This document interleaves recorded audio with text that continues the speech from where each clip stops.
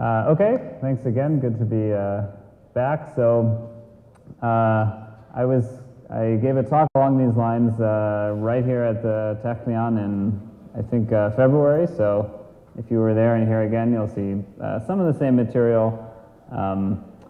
So I apologize for that, but I thought this would be a more different talk to give since I thought Itai did a great job covering offline channels and payment channels yesterday. I thought this would be more different. So that's why there was the topic change. So thanks for the patience with that. Right. So you'll recall from when I was talking about Ethereum. Actually, somebody asked in real time during the presentation, is there any notion of randomness in Ethereum? It would be great for some applications. The simplest possible thing you could think of is maybe Alice and Bob just want to bet on the results of a coin flip. Very, very simple bet. So you'd like to have some really simple contract with just one call that randomly decides to send its money to either Alice or Bob. Right, so it's really just needs one random bit here. And then it will make a choice, either Alice or Bob wins and gets the money that was held in that contract. So very, very natural idea. Unfortunately, as discussed yesterday, there's no built-in way, at least, to call some random function in Ethereum.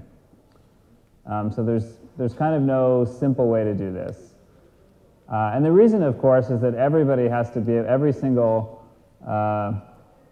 miner, every validator has to be able to run this contract and verify it and get the same result. And it would certainly be bad if different miners ran it and got different results. If Alice sort of wins half the time and Bob wins half the time, then the miners would sort of essentially be deciding which one of them wins. And obviously there would be some real security problems there. Okay, so kind of a bummer that there isn't an obvious way to fix this problem, but I'll sort of be spending the rest of the talk talking about how we can approximate this, so how we can sort of fake it and have this functionality of being able to make a random choice in a smart contract. And I should say that there's a lot of applications of this. It's not just about gambling, although gambling or lotteries is certainly a popular application. If you look at what Bitcoin was used for traditionally with Satoshi dice, it's been a very large percentage of Bitcoin traffic over the years. And the same's true with Ethereum too. So people really like gambling. It's a very rock-solid fact of human nature across history and culture. People like the thrill of gambling, so it's been popular on Ethereum as anywhere else. There's also games that combine skill and chance. So games like backgammon, shesh-besh, trying to localize, but lots of others, even sort of up to sort of multiplayer games. If you ever wanted to do a first-person shooter, if you wanted to play, Halo or Doom on Ethereum, people have talked about this kind of thing to tamp down on cheating and in online multiplayer games. Lots and lots of randomness kind of built into those games as well. And randomness is also a component in a lot of cryptographic proofs. So there's kind of non-interactive zero-knowledge proofs. There's cut-and-choose protocols. Lots of different crypto proofs are either require or are much more efficient if you have some way to have randomness that everybody can sample. Also choosing leaders. So I think there's been some talk about proof of stake. I think there's going to be more in the talk coming up after me. And it turns out that in a lot of proof of stake proposals, there's some element of randomly choosing leaders or randomly choosing parties that have the ability to make a block. And this also sort of requires generating some randomness that everybody can agree on. And just within the application of lotteries, I want to stress that it's not all about gambling. There are a lot of lotteries that have really important social functions. So maybe getting back to Ellie's theme sort of from the beginning of the week a little bit, that replacing some social function that's important with algorithms or with an automated process is kind of really the goal of everything this week. There's a lot of, it's easy to sort of dismiss the topic and say, who really cares if lotteries are fair for people gambling? But there are a lot of applications of lotteries in society that aren't about gambling. So there's kind of simple things like picking draws in sports tournaments. There's very high stakes things. Visas are given out to immigrate to the US every year on a lottery basis. A lot of other countries run similar programs. A lot of students are assigned to different schools based on lotteries. And this is sort of a joke, who gets kicked off the plane, but also who gets chosen for special security screening, things like that. Auditing, who gets chosen to have their taxes audited. A lot of these are really lotteries. We just sort of don't think of them as lotteries because in some cases it's not good to win the lottery and have your taxes audited. But it's definitely socially important that we're able to run these securely and provide some proof to the public that the results are actually random. Okay, so with that being said, let's sort of jump into some ways that we could actually realize this, some ways that we could implement lotteries or randomness for Ethereum or kind of beyond. So the simplest approach is to just have some trusted oracle that you call.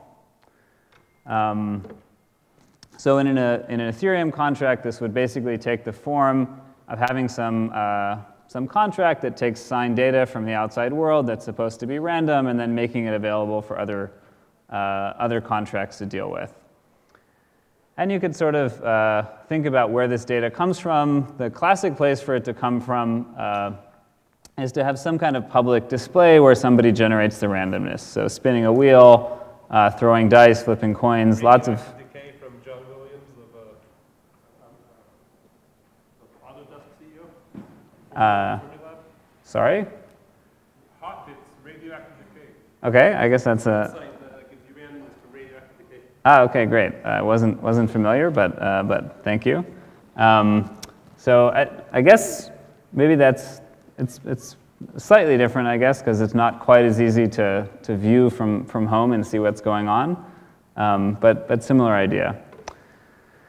Right. So obviously the main advantage is just that this is really simple for the public to understand. So if you're trying to convince the public, the lay public, that what's going on is good, this is a relatively good way to go.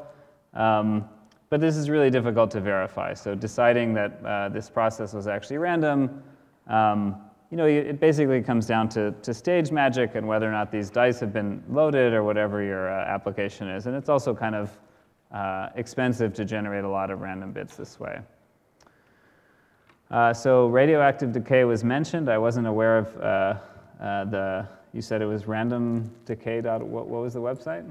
It's Formulab. John Walker, who is okay. CEO of Autodesk. Cool.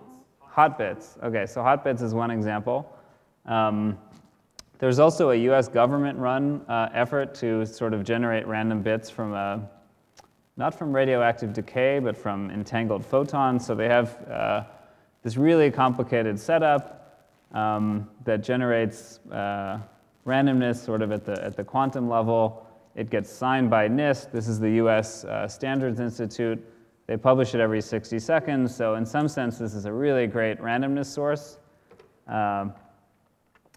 But it's completely centralized, so you have to trust that NIST has actually built this device the way they claim, and that it's really in the basement in Maryland somewhere, as they claim. Similarly with Hotbits, it sounds really good, but I don't have any proof that it's really being generated by random decay, and that it's not being sort of rigged to suit I guess the needs of John Williams or whoever set it up. Okay, so these are just sort of like straw man examples that don't provide the kind of strong decentralized trust that we really wish we had. And it's not just a theoretical problem. If you kind of dig through history, there's lots and lots of examples of physical sources of randomness being hacked. So people have gone to jail. Hollywood actually made a movie about hacking this lottery. And sometimes these physical draws actually produce bad randomness, not due to anybody being malicious as far as we can tell, but just the fact that it's sort of hard to measure how much randomness you're really getting out of these processes. So there's a famous example in the United States. When they were selecting numbers for the military draft in the Vietnam era, they actually didn't turn the bin enough times, and they produced a pretty strong bias in which numbers came up. You know, as far as we know, nobody there was no hacking here. It's just kind of hard to actually get a uniform draw from spinning numbers in a bin. Okay, so we'd like to do something cryptographic, something that we can reason about, maybe even prove properties of, that will work in kind of the Ethereum or cryptocurrency setting where it's strongly decentralized, nobody trusts anybody else, etc. So there's kind of a classic protocol that I'll introduce if you've never seen it before. It'll probably be familiar to some folks. And then I can show a couple of improvements to this protocol. So the goal of this protocol will be for 3 parties to generate a random string, or maybe even just one random bit together. They're each going to pick their own random value and commit to it, and then everybody will reveal after everybody has committed. So like I said, so all 3 parties will, sort of before some specified deadline, will commit to a random value. So again, this commitment function is, you can think of it as just hashing with a random nonce. That's the simplest way to do it. There's a lot of other commitment functions in the literature. For this protocol, that's all you need, though. So it's some way to be committed to your value without revealing it yet. Then once everybody's committed, everybody will reveal their random value. And note that you get into kind of a dangerous state in this protocol at this point right here. So what's happened here is that Alice and Bob have revealed their randomness. Carol is committed to her randomness, but she hasn't revealed it yet. So I'll show you what should happen, which is that Carol also reveals her randomness before some deadline they've all agreed to. And then they can all generate the same random string by just XORing, or really there's a lot of other options, but some function to combine all of their random strings that they've chosen. Okay, so that's what should happen if everybody plays along. But notice if we go back here, Carol has some options to misbehave if she's malicious. So the good thing about the commitment, what the commitment really solves for us is that Carol can't change her mind and decide to reveal some other randomness. If the commitment function is actually secure, she's stuck. So she has no choice except, at least she can't reveal any other value besides what she's committed to. But there are sort of 2 problems here. One of them is that Carol is going to know what the final result will be before anybody else.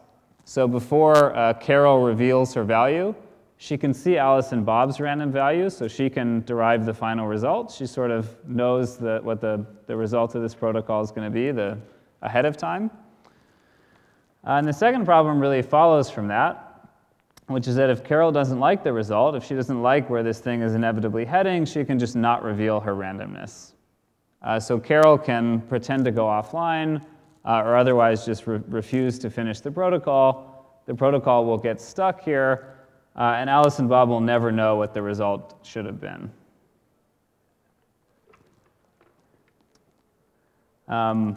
So the nice part about this protocol is that as long as any one party is honest, the result will actually be truly random. But it has the problem that any single party participating has the ability to abort. So if anybody doesn't like the result, or for whatever other reason, maybe they just get hacked or go offline, decides to abort, then the whole thing is going to abort. And like I said, the last person to reveal is going to know the result before anybody else knows it.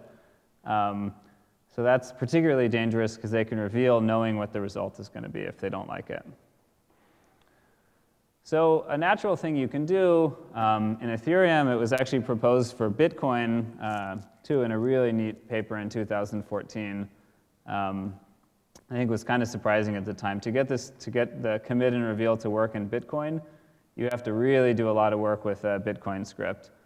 In Ethereum, it's pretty straightforward, and hopefully everybody can conceptualize how you'd write some code and Solidity that would enforce this. But the basic idea is that everybody puts a deposit in along this, at the same time that they commit to their randomness. And if they never reveal, if they never open their commitment, then they don't get their deposit back. So what you can do is you can put a financial penalty, and you can make it really as big as you want on parties aborting the protocol. So suppose you were suppose Alice, Bob, and Carol were, I don't know, say wagering $10. You could make them have a deposit of $100, and if they don't reveal, they lose $100. Then you'd figure it's worse for them to abort the randomness protocol than it is for them to lose the lottery, so they should be incentivized to complete it.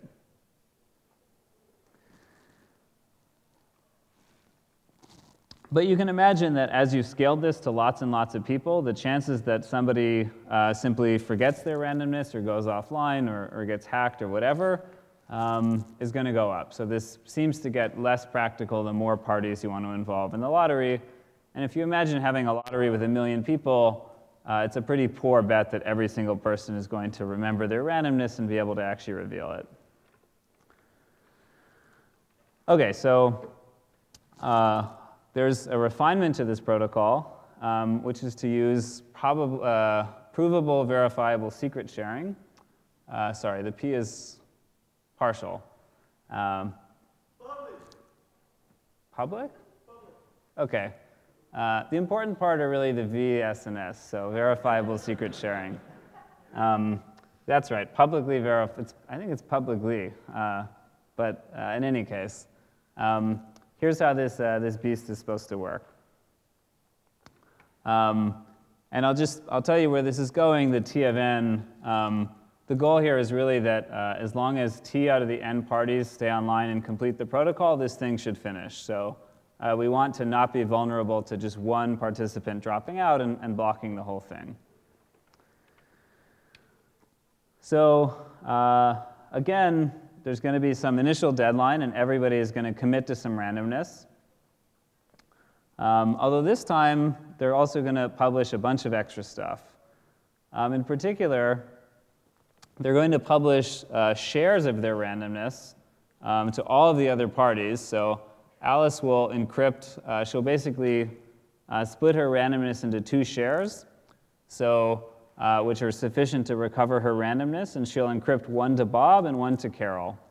And Bob's going to do the same thing. He's going to take his randomness, split it into 2 shares, encrypt 1 for Alice and 1 for Carol, and so on. And then the P and V, the publicly verifiable part, that's this proof at the end, this letter pi, which is just a proof that they've done this whole thing correctly. So if you didn't have the proof, then the whole thing wouldn't work. The way you do this proof, it doesn't really matter, but you have to use kind of a special commitment function that's a little bit fancier than just doing a cryptographic hash of the thing. Then you can prove that you've actually properly split it into shares and encrypted it, and it's the same as the randomness that you committed to. OK. So now if we get into the same situation where Carol decides to abort the protocol after seeing Alice and Bob's randomness, so Alice determines that this protocol is going somewhere she doesn't want it to go and decides to abort, there's a way to recover. And the way to recover is so Alice and Bob will both agree Carol has not revealed her randomness by the deadline, so Carol has basically cheated or at least dropped out. So Alice and Bob are each going to reveal their share of Carol's randomness. And again, the property of these shares is that if you have both of them, you can recover what Carol's randomness was. So now Alice and Bob each have a way to get Carol's randomness out, and they can finish the protocol, and they'll get the same result as if Carol had actually revealed her randomness the way she was supposed to. And this is why the proof is really important. You need to make sure that the randomness for Carol that Alice and Bob recover by using her shares is the same that Carol committed to. If those were two different values, then Carol would sort of have a choice of two different ways that the protocol could finish, and she could maybe choose between those two paths based on the result that she wants. Yeah? Alice and Bob have to share their hash between each other, and then you again have the problem of which one of them is going to know the answer first. Yeah, so you're saying Alice and Bob, if they get together, they'll know the answer before talking to Carol. Yeah, that's absolutely right. Because Bob has to send his hash to Alice, and Alice has to send her hash to Bob. So one of them is going to do that first, and the other one is going to know the answer. Right.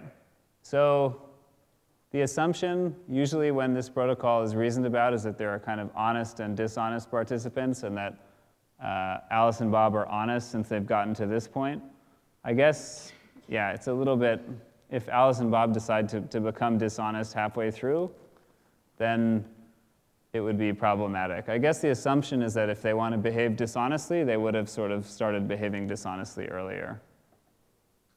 But yeah, it's kind of true. Like if Alice or Bob decides to not reveal their share, then the protocol will abort. But that would require 2 out of 3 participants in the protocol behaving dishonestly. So yeah, subtle, but that's definitely possible. Okay, so how is this really different than the simpler protocol where everybody just commits and reveals? It still has the property, which is nice, that it's going to be random as long as any participant is honest. But notice that it takes more participants to abort now. So a single participant can't make it abort. You have to have enough participants abort that there isn't sort of an honest coalition of T that can finish the protocol. But also note now that any group of T participants in the protocol, if they get together, they can figure out what the result's going to be before anybody else does. And you can sort of see, before anybody reveals anything, if Alice and Bob get together and they collude, they can recover Carol's secret, and they can share each other's randomness, and they can figure out what the result's going to be. So that's kind of a danger of this protocol compared to the simpler one, is that this coalition can figure out the result early. Okay, and one final way to do this that I'll introduce, which is actually much simpler, is to use a deterministic threshold signature scheme. So I might be missing an S there. Deterministic threshold signatures. So the way this works, Alice, Bob, and Carol in this case each share a key, so just a public key. And then some random challenge has to come from somewhere. It will sort of leave out where it comes from for now, but assume that somewhere from out of the ether a random challenge comes about. And now each party submits a partial signature, and they're going to be doing, as I said, a T out of N threshold scheme. And as long as T of the parties submit their partial signature, it's possible to recover the threshold signature from the group on that random challenge, and that will sort of be the result of the protocol. So notice this is a little bit more efficient. There are sort of fewer rounds, and you've dropped the proofs and a lot of other aspects of the previous protocol. And you get quite similar security properties. And Dfinity has proposed a version of this using VLS signatures for their, for their consensus protocol. Okay, so a couple different ways to do this. Notice all of them, though, require a quorum of parties, some assumption about which of those parties are honest. And it would be really great if we could do this kind of the same way blockchains sort of transition from, at least Nakamoto consensus transitions from the Byzantine world, where you have a set of parties and you assume some honesty threshold, to really not having any specific set of named parties. So this is the idea of a randomness beacon, that you have sort of this independent, not driven by any specific party source of randomness that anybody can query. So that's kind of the ideal way this would look. If you sort of just had a trusted party doing it for you, or some magic ideal functionality, it would just be kind of a box that spits out randomness that can't be predicted at regular intervals. So if you had such an object, it would be really straightforward to just sort of import it into Ethereum and get randomness from that, or run your lottery off of that, or whatever. So the question, of course, is how you can actually build this thing. And like I said, it needs to be unpredictable. There needs to be strong consensus or unanimity, so everybody has to agree on what this thing is outputting, and everybody has to be able to actually read from it. And you'd like to achieve that while also having it produce a lot of randomness, publish frequently, be cheap, and ideally have something that the public could believe in. So really kind of a lot of requirements for this thing to actually be useful. So the conceptual idea that this dates back to, which doesn't really work, but is interesting to put in your mind, is what if we could use randomness that's produced by nature, so by phenomena that are sort of bigger than humans can control, bigger than things that humans can't predict, things like the weather, where is the next hurricane going to make landfall. The sort of really strong high bandwidth one is cosmic background radiation. There's a lot of other things in astronomy that you can sample from that are pretty random. So there's lots and lots of possible sources, but they all have the same fundamental flaw, which is that you can't really establish consensus on what the result is. So a closer example that's been proposed that is actually quite nice to think about is, what if you use the stock market as a source of randomness? So this has been proposed and analyzed a little bit. And the weakness here is the possibility of insider attacks. So essentially, high-frequency traders can manipulate stock prices to some extent. And they might be in a position at the end of, say, a day of trading, right before you're about to generate some randomness, that they can push some prices around and affect what the result's going to be. I think it's actually a completely unexplored territory, at least from the cryptographer's point of view, the cost of manipulating this and sort of how powerful real attackers are. So possibly an interesting research project. But obviously, we're here this week to talk about blockchains and cryptocurrencies, so you could have expected that that was coming. And blockchains are also a nice source of entropy. Obviously, we hope that there is no trusted party that is establishing consensus on the blockchain. I put an asterisk there because there have been a lot of talks this week about the details and complexity of that. But if you believe that, they're really nice because blocks come all the time. And at least if you're using proof of work, the blocks are unpredictable. So why are the blocks unpredictable? Remember that there's this nonce that's put in each block to make the proof of work solution correct.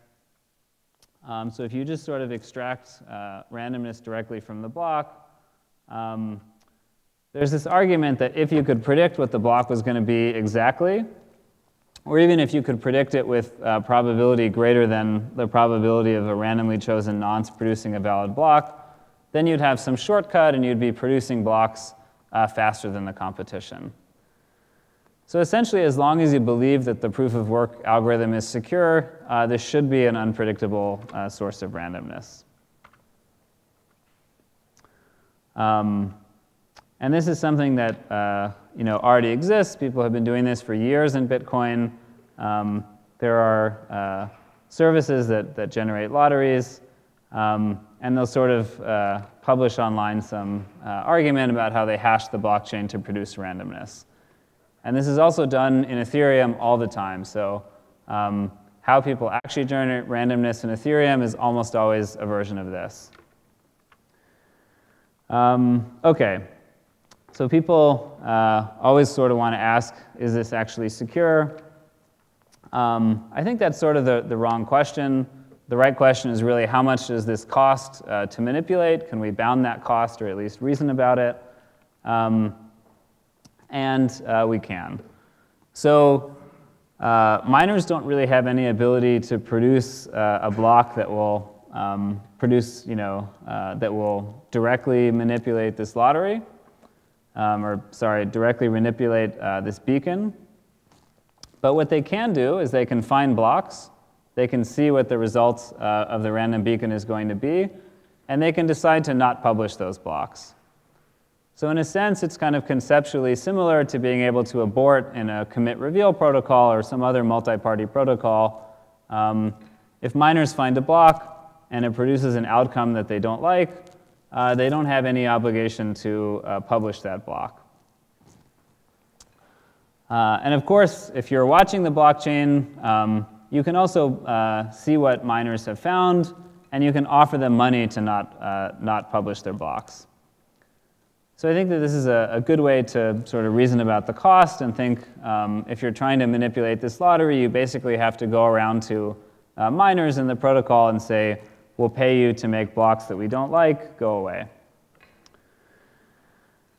And you can sort of push the math through, and you can reason about if you're trying to make some outcome with a certain probability happen, how much do you have to pay, and you can get dollar figures attached to your lottery, which is quite nice.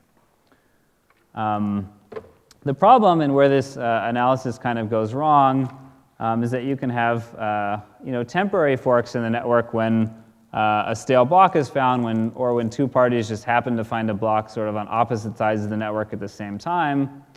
And now think that these two blocks will have different implications for the lottery, and miners don't have a strong reason to prefer one or another, so it should be fairly cheap to bribe them and get sort of one or the other to be published.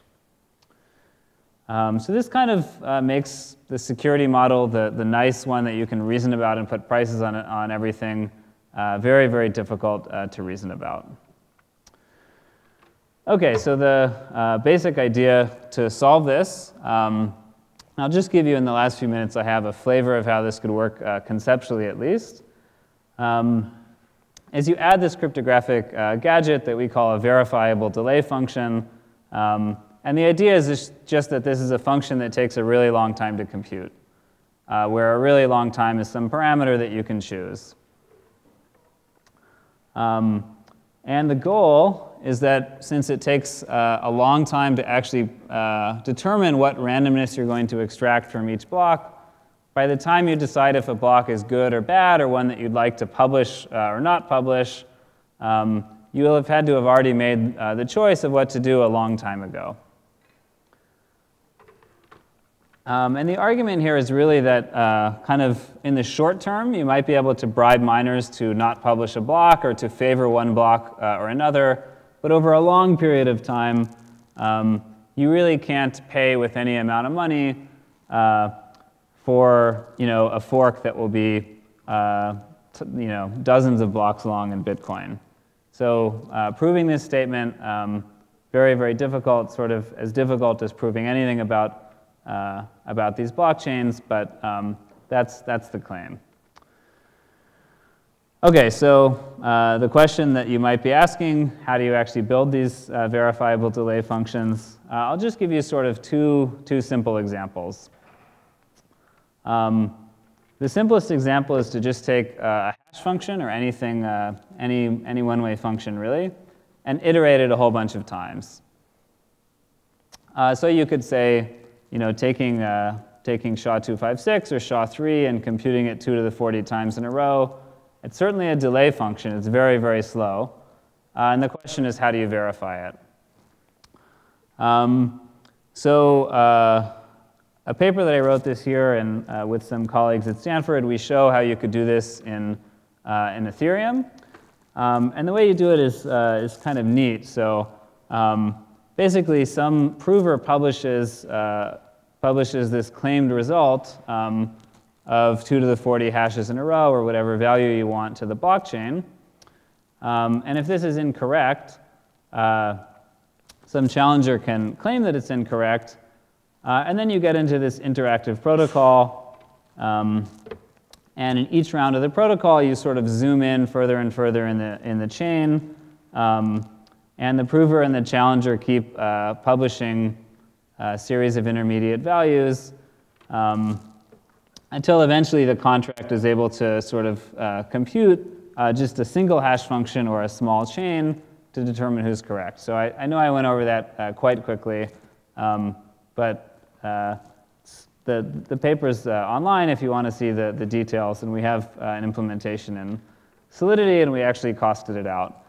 But when you actually measure the gas for all of this, the really neat thing is that even for a really, really long computation, so 2 to the 40 iterations of SHA-3, the gas cost is actually reasonable. You can actually do this challenge response. OK, so I'll just sort of leave you with the idea that there are much more sophisticated ways to do this. So there's kind of a classic way to do it, which is 20, 25 years old now, which is to compute square roots mod p. And this is really neat because it's a sequential computation to compute, but you can verify it quite quickly. This is, I used the picture of the moon because of the joke about moon math earlier. There are much more efficient constructions in this, which are sort of in progress right now. If you're interested, email me and I can sort of share a work in progress that we have. And I just wanted to leave you with one more takeaway, which is that whatever your application of randomness is, really thinking about this in cryptographic terms at all, really doing anything besides picking numbers out of a hat is hopefully an improvement. So I hope in the long run that cryptographers are able to convince the public that we have better ways of generating randomness than picking numbers out of a hat. But I think this is kind of a long-term science communication challenge. So I should take some questions now. Let's thank the speaker.